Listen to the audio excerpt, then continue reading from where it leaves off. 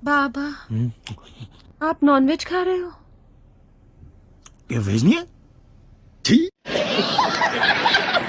हमारे देश के लोग किसी पर यकीन करें या ना करें, लेकिन बाबा और मौलवी पर पूरी श्रद्धा से यकीन करते हैं और इसीलिए हर महीने भारत में कोई ना कोई नया बाबा या मौलवी पैदा हो ही जाता है, जो जनता को ठग कर या तो जेल जाता है या फिर यूं ही अपनी जिंदगी के मजे लेता है। इन मौलवी और बाबाओं की गंदी हरकतें देखकर आपको भी शर्म आ जाएगी। दिन में बाबा के रूप में लोगों को ठग कर रात में लड़कियों के साथ बिस्तर गर्म करते हैं। फिर क्या हुआ जब ऐसे ही एक बाबा को होटल में लड़कियों के साथ रंगरलियां बनाते हुए पुलिस ने पकड़ा। जानेंगे वीडियो में। शायद ही कोई व्यक्ति ऐसा होगा जो आसाराम बापू का नाम ना जानता हो, क्योंकि एक समय इन्हें एक संत के रूप में देखा जाता था, लेकिन बाद में इनके ऊपर हत्या, लूटपाट, दूसरों की जमीन हड़पने और लड़कियों के साथ बलात्कार करने का आरोप लगाया गया और जिसमें ये दोषी भी पाए गए। बताया तो ये तक जाता है कि ये तीनों समय में अलग अलग उम्र की लड़कियों के साथ संबंध बनाते थे और जब इसके साथ वाले लोगों से सीबीआई द्वारा सख्ती से पूछताछ की गई तब उन्होंने आसाराम का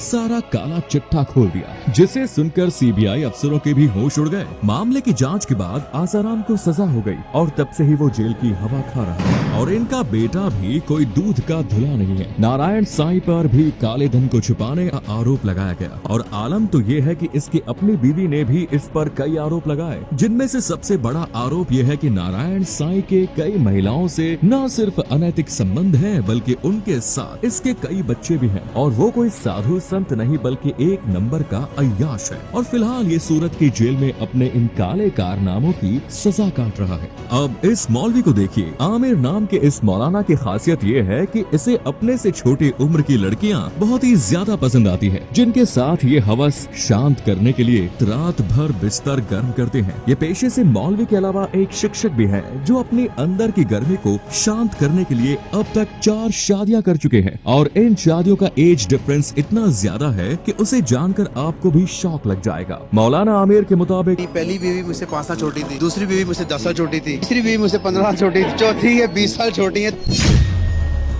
और इसके बाद इस बाबा का नाम है श्रीमद सारथी देव, जो कि उड़ीसा में सारथी बाबा के नाम से प्रसिद्ध था। लेकिन इसके काले कारनामों की सारी पोल एक लोकल न्यूज चैनल ने खोल दी, जिसने दावा किया कि खुद को धर्म गुरु बताने वाला ये व्यक्ति धर्म की आड़ में लोगों को लूट रहा है। उसी चैनल की रिपोर्टर ने इस बाबा को हैदराबाद के लग्जरी होटल में एक 20 साल की लड़की के साथ बिस्तर गर्म करते पकड़ा। उसके बाद पुलिस पर इस बाबा को गिरफ्तार करने का दबाव बना और देखते ही देखते लड़कियों के साथ डांस करने वाला ये हवसी बाबा एक क्रिमिनल बन गया। गुरमीत राम रहीम, इनको तो आप सब लोग जानते ही हैं, जो अपनी भक्ति से नहीं बल्कि लाइफस्टाइल के कारण ज्यादा जाने जाते हैं। इसका मेन इलाका पंजाब और हरियाणा था, जहां के लोगों को तो इसने लूटा ही है और यहां की लड़कियां तक को नहीं छोड़ा। बताया जाता है कि जो भी खूबसूरत लड़की राम रहीम को पसंद आती थी, ये उसको अपनी हवस का शिकार बनाकर ही छोड़ता था। इस सब के अलावा राम रहीम पर यह भी आरोप है कि इसने सिरमा वाले अपने आश्रम में एक छोटी सी सेना भी तैयार कर रखी थी, जो इसके तब काम आती थी जब पुलिस इसे पकड़ने आती।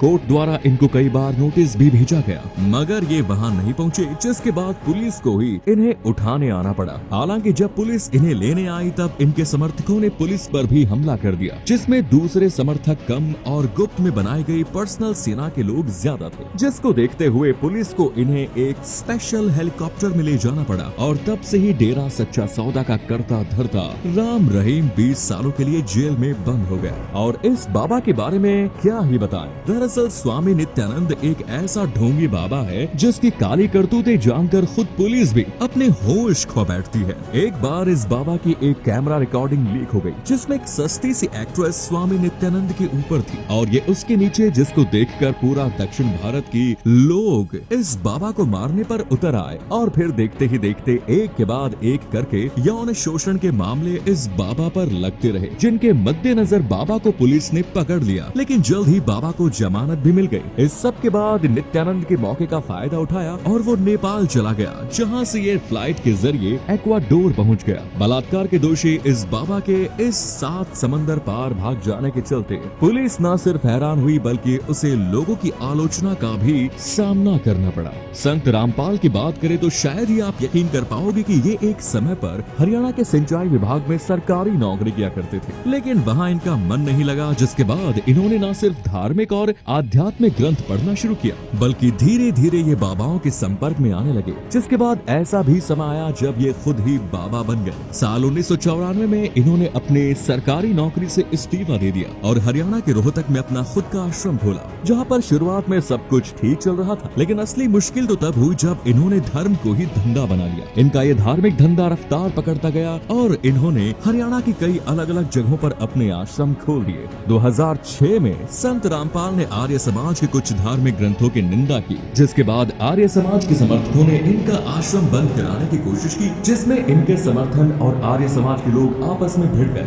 और इसी झड़प में आर्य समाज का एक सोनू नाम का शख्स मारा गया। जिसके बाद इस बाबा पर केस दायर किया गया। जांच के दौरान पता चला कि बाबा का आश्रम भी फर्जी है, लेकिन अधिकारियों के सपोर्ट की वजह से वो इन केसों से बरी हो गया। इस समस्या से निपटने के बाद 2013 और 2014 में 7 लोग आश्रम से 2 बच्चे और 4 महिलाओं की लाश बरामद हुई, जिसके बाद संत रामपाल पर हत्या और बंधक बनाए जाने के लिए केस दर्ज कर दिया गया। जिसके बाद 11 अक्टूबर 2018 को इसे कोर्ट द्वारा दोषी ठहराया गया और तब से लेकर आज तक ये उम्र कैद की सजा के तहत जेल की हवा खा रहा है। धन्यवाद।